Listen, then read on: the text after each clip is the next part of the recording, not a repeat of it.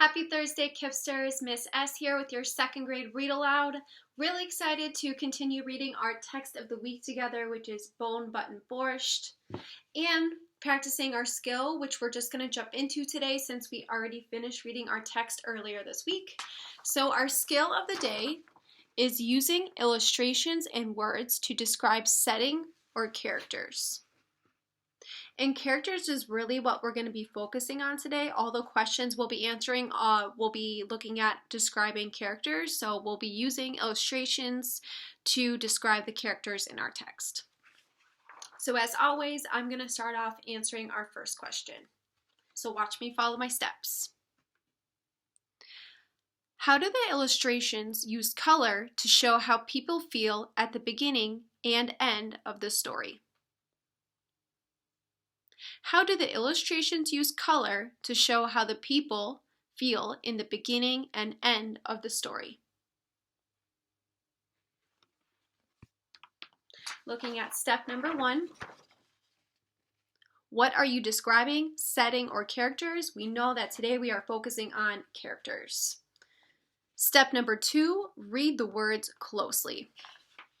So I'm going to look in the beginning of our text because we know that the question references the beginning and end of the story. So I'm going to take a close look at the words in the beginning of the story associated with the illustrations. So this is pages 3 and 4 of our text. We can even look at pages 1 and 2 as well, starting to look at the pictures or illustrations. And then I'm going to read pages 3 and 4 of the text that really describe our illustrations and describe what's going on in the text.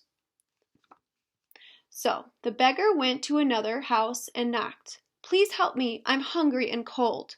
"Go away," called a voice from within. "Just let me in for even a few minutes." "No, go away." So the beggar moved on from house to house and door to door, but no one would help him. "What is wrong with these people?" he said. So the beggar is wondering why these people are so cold to him and not willing to help him. They all just seem really sad. Step 3, look closely at the pictures. So looking closely at the pictures on pages 3 and 4, I'm noticing that the artist, the illustrator who made these pictures is using really dark and plain colors in this part of the text. As you guys can see, these are kind of dreary, like dark brown and blue and gray colors, kind of similar to the colors you guys might see outside when it's raining, right? Just cloudy and just very sad looking. So those are the illustration colors that I've noticed. And then looking at the end of our text, because we know that the question is asking us not only about the beginning of the text, but the end of the text, I'm just going to flip to the end and see if I notice a difference in the colors, because that's what the question is asking us. And I do actually notice, friends, on this page, I do notice a big difference in the colors. I see that these colors are a lot less sad. They're a lot less dreary. They're very bright and colorful. I see greens and yellows and reds and blues. These colors just seem more happy. They make me feel more happy looking at them. So moving into step 4, what do you learn looking closely at the words and pictures? So looking closely at the words and pictures and noticing the differences in the colors that the author is using in the text, I would say that the author is showing us in the beginning that the characters feel very, wrong page. The characters feel very sad and depressed and not friendly and very lonely. So the author is showing us that the characters are just not feeling happy in the beginning of our text, versus the end of our text where the author uses a lot of bright colors. We can tell that the characters are feeling differently in the beginning. They feel very sad in the beginning. By the end, the characters are feeling very happy. So that's how the author uses color to show us how the characters are feeling. And that's how I answered my question following our steps. So now we're going to move on to our next question where I will need your help.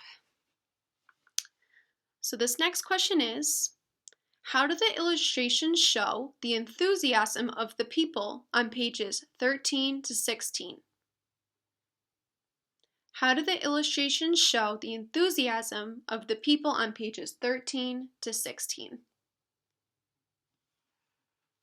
So looking at our steps, step number 1, what are you describing? We know that today we are only describing characters, so that's step number 1. Step 2, read the words closely. So of course we have to go to page 13 to 16 because that's what the text is asking us about. So here we have page 13. I'm just going to read you guys, and I want you guys to just listen as you're looking at the pictures just to remind you what happened. So Leah, her family, Mendel, and the Shamus marched down the street. They banged on doors. They begged and they borrowed cups and bowls, a ladle, a knife, and a huge soup pot. Along with all these things, the crowd grew. As it chattered, way up the street toward the synagogue, others came to their windows and doors. So here we see this is the part in the text when the beggar has started to gather people from the Shamus to Mendel to all these people that are interested in seeing this miracle happen. Step 3, look at the pictures. Look closely at the pictures. So as you guys can see in these pictures, I'm noticing a lot more people are starting to show up. A lot more people are interested to see how this miracle is going to happen. Especially moving on to page 15 and 16. Wow, there's so many people in the streets now that are just following the beggar and the Shamus, trying to figure out how this miracle is going to happen. And something that I've noticed is that in the first few pages of the text, there is no one on these streets. The streets are barren, they're empty, there's no one there. But just a few pages later, there are so many people. So that's something I noticed about the illustrations, that there's now huge crowds of people coming to see the miracle. So step number 4, what do you learn looking closely at the words and pictures? I want you guys to think. This is where I need your help. What do you guys learn looking closely at the words and pictures? I'm going to give you guys a few seconds to think about it. Say it to yourself. Whisper it to yourself. What are the illustrations? How do the illustrations show the enthusiasm of the people, on page 13 to 16? Remember, enthusiasm is another word for excitement. So how are these pages showing the excitement of people?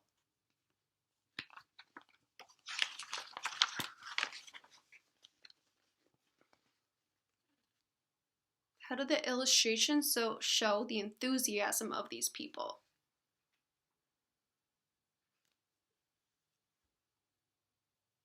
Great job, second graders. So they show the enthusiasm or excitement of these people because before there was no one on the streets, right? They were empty. The beggar couldn't even get someone to come out of the house to let him in. But at this point in the text, these people are so enthusiastic that they are just filling the streets. They are just so excited to see what the beggar has in store, what miracle he's going to create for them.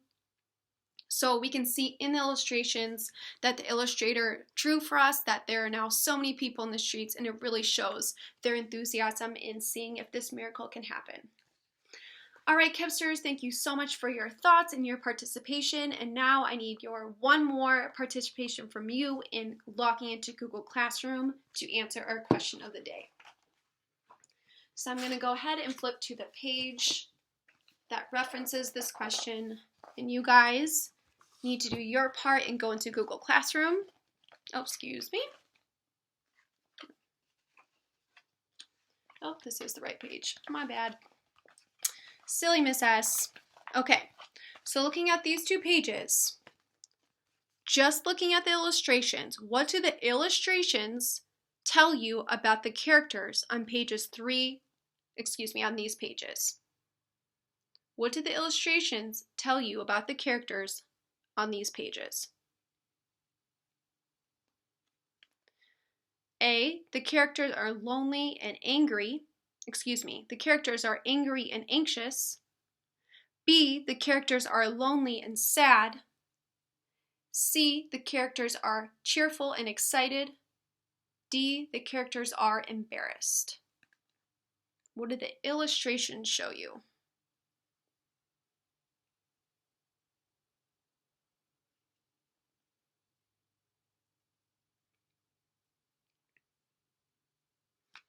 All right, friends, excited to see you guys responding on Google Classroom. See you guys there.